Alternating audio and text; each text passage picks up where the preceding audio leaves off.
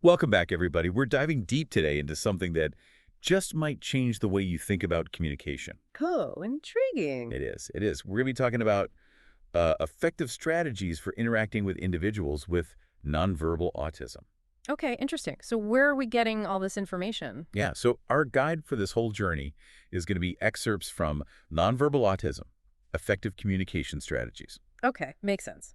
Now, I've heard of nonverbal autism, but for our listeners who might not be as familiar, can you explain what that means? Yeah, definitely. So nonverbal autism, the key here is that it's a spectrum. It's not like you're either verbal or you're nonverbal. Hmm. There are people who might use a few words every now and then, and there are people who don't use spoken language at all. Okay, so it's not just like black and white, verbal or nonverbal. There's a lot of gray area in between. Exactly. And what's really important here is that just because someone is nonverbal doesn't mean that they don't have cognitive ability. Right. They're still thinking, they still have ideas and thoughts and feelings. Absolutely. Just because they can't express it verbally doesn't mean that those thoughts aren't there. They just might not have the way to say it. Right. Exactly. So that's where alternative communication methods come in. Right. So how can we kind of bridge that gap? Yeah, and this is where I think things get really interesting because I think sometimes people think, well, if someone doesn't speak, we just have to teach them how to speak and that's it. But really, there's a whole world of ways that people can communicate. Absolutely.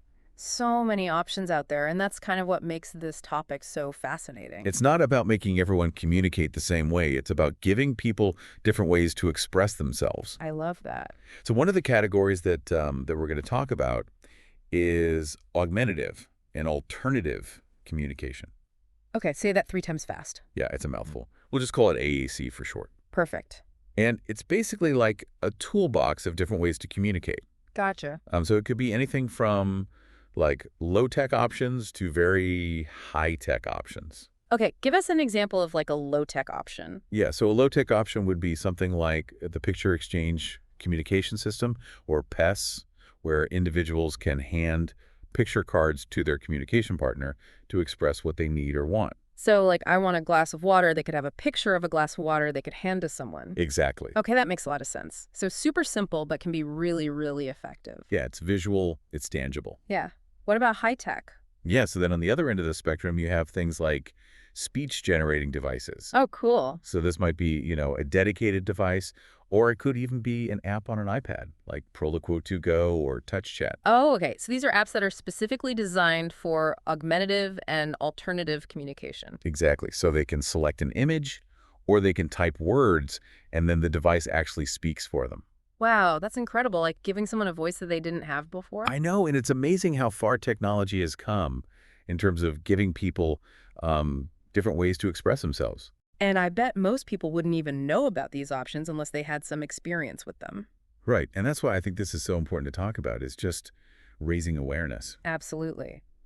So we talked about high tech, low tech. Are there other approaches besides AAC? Yeah, there's also things like sign language. Oh, that's right. Some people use formal sign languages, like American Sign Language.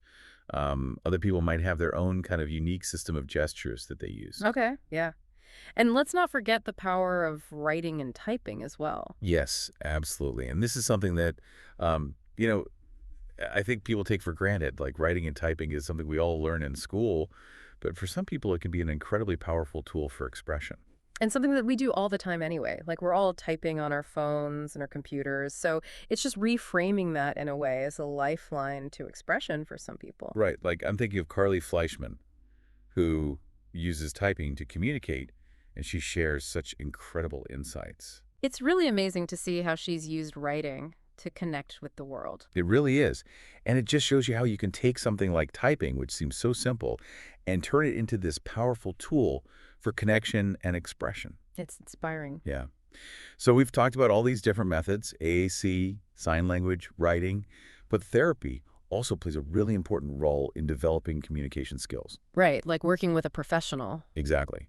So speech language pathologists, or SLPs, they work with individuals to, encourage vocalization, if that's appropriate, to help them use those AAC devices that we were talking about. So they're not just handing them the device and saying, here you go. They're actually teaching them how to use it effectively. Exactly. And they also focus on teaching social communication skills, so things like gestures and body language. Right, because communication is so much more than just words. Exactly. It's about understanding all those subtle cues that we use when we're interacting with each other. And it seems like with kids, early intervention with speech therapy can be so important. Oh, yeah, absolutely. The earlier the better, because it's about building that foundation for communication success early on. Yeah, that makes a lot of sense. So I think we've covered a lot of ground here just in terms of introducing these different concepts and ideas. It's a lot to process, but it's so important. It really is, and but there's more. There always is. Yeah, there's always more to unpack. So next, we're going to dive into the world of sensory experiences Oh, interesting. and how those can impact communication in nonverbal autism. I'm intrigued. Let's do it. All right, stay tuned.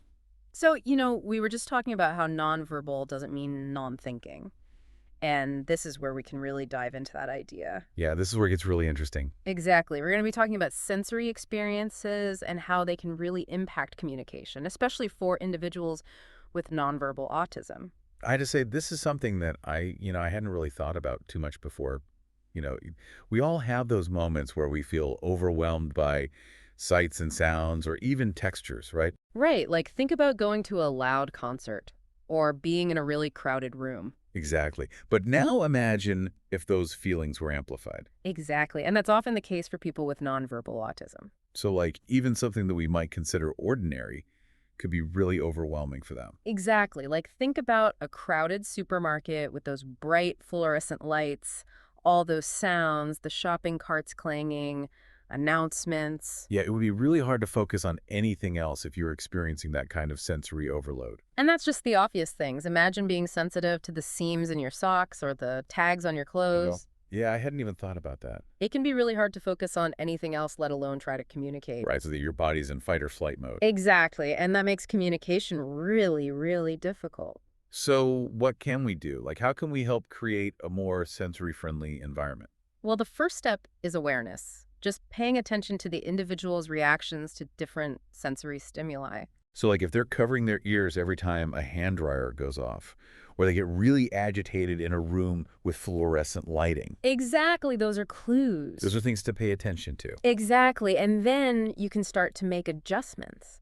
So simple things like dimming the lights, finding a quieter space to talk, Exactly. even being mindful of like, the type of clothing or materials. That's right. It can make a difference. It really can. So it's about kind of being a detective and figuring out what are those triggers and then trying to minimize them. Exactly. And then remember when we talked about visual supports earlier? Yeah.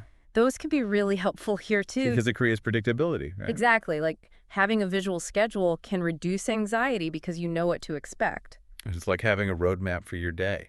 I love that analogy, and it gives them a sense of control. Right.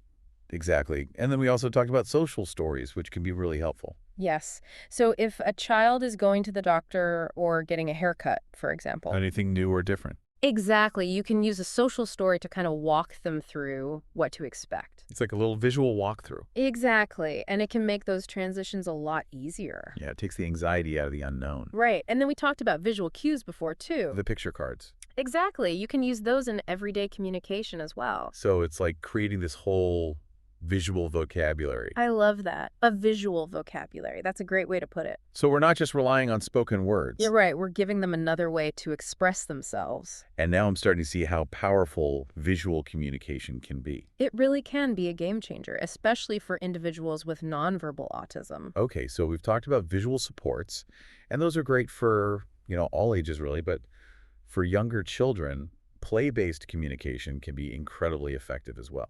Oh, absolutely, because kids naturally love to play. Yeah, and it's fun, it's engaging. Exactly. So it's a great way to work on communication skills without it feeling like work. So how does that work?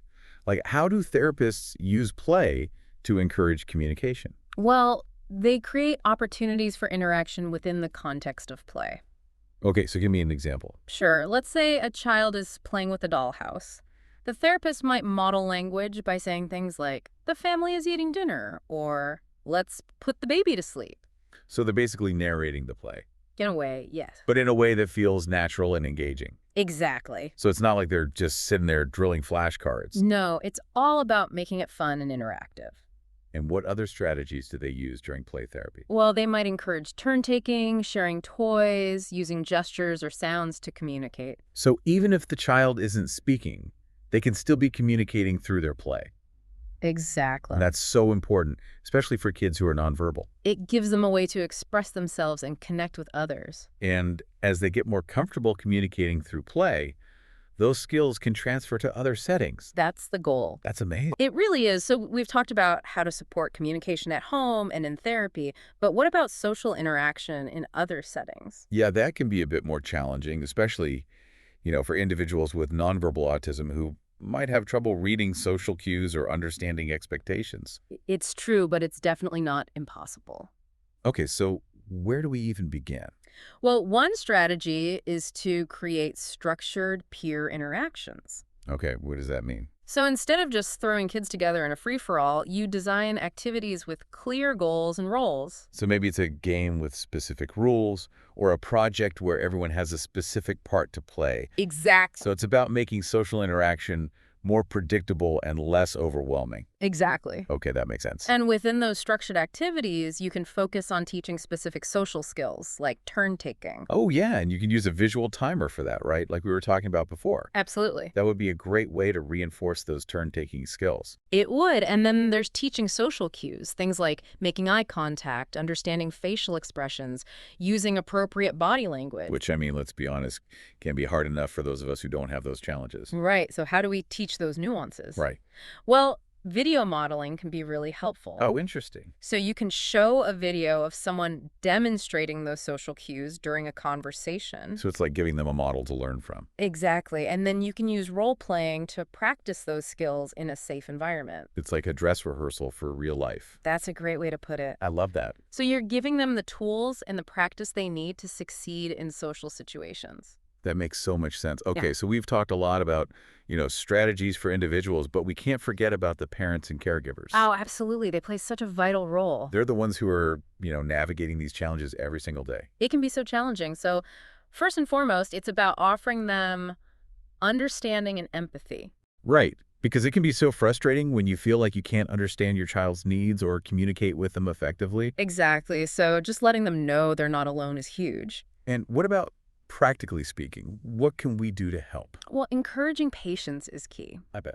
Communication might take longer, so it's important to allow extra time for responses, avoid interrupting, just stay calm and patient. That's consistency too, right? Absolutely. Like sticking with a chosen communication method. Yes, whether it's AAC, PECCS, sign language, whatever works best for the individual. So they know what to expect. Exactly. It creates stability and predictability, which is so important. Yeah, and I bet celebrating every bit of progress, no matter how small, can make a big difference. Absolutely. Those small victories add up. They do. They really do. And finally, encouraging parents and caregivers to seek support from others. Therapists, support groups, online communities. Exactly. Building a network of support. So they know they're not alone in this journey. It takes a village, right? It really does. So many people out there who understand what they're going through. So we've covered so much ground in this deep dive, but I know there's still more to explore. There is. We haven't even touched on advocacy yet. Oh, that's right. So when we come back, we'll delve into that important topic. We'll talk about how we can all play a role in creating a more inclusive world for individuals with nonverbal autism. I can't wait. Stay tuned. Yeah. Welcome back to our deep dive. As we've been going through all this stuff about nonverbal autism communication, I've realized we really need to kind of change how we think about communication as a whole. Yeah, it's not a one-size-fits-all kind of thing. Exactly. It's about, meeting people where they are. Right, and recognizing that there are so many different ways that humans can connect. Absolutely. And I think that leads us really well into talking about advocacy. Yes, absolutely. Because it's easy to think that, we need to be the ones to figure it all out. Right, like we need to adapt and do all the work. But really, we need to empower those with nonverbal autism to speak up for themselves. Exactly. To advocate for their needs and rights. Yes, give them a voice. Yeah, because they deserve to be heard and understood just like anyone else. Absolutely. Their thoughts and feelings are just as valid. And their communication is just as valid. But Exactly. how do we do that? How do we promote self-advocacy, especially for individuals who might find communication challenging?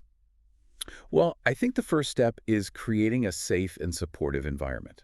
Okay, so they feel comfortable expressing themselves. Exactly. No judgment, no pressure. Just being heard, Yeah, building that trust. and then equipping them with the tools and the strategies that we've been talking about. Yes, whether it's AAC, PECS, sign language, finding what works best for each individual. And giving them that power to communicate. Exactly. And then as they gain that confidence, we can encourage them to advocate for themselves in different settings. At school, at home, out in the community. Oh, everywhere. Yeah, it might be something as simple as teaching them to use a picture card to ask for a break when they're feeling overwhelmed. Or it could be helping them write a letter to their local government advocating for more accessible spaces. Wow, that's amazing. It's about empowering them. Yeah, giving them control. Yes, and while we're doing that, we need to be advocating for them too. Right. So speaking up on their behalf, raising awareness, challenging misconceptions, Okay. creating a more inclusive society, A world where everyone has the opportunity to communicate and connect. no matter how they do it. Exactly. This has been so insightful. I feel like I've learned so much. Me too. It's amazing how much we can learn when we open ourselves up to different ways of communicating. Yeah, and it makes you realize that communication really is about understanding and empathy. Absolutely. So as we wrap up this deep dive, what's the one thing you want our listeners to take away from this conversation?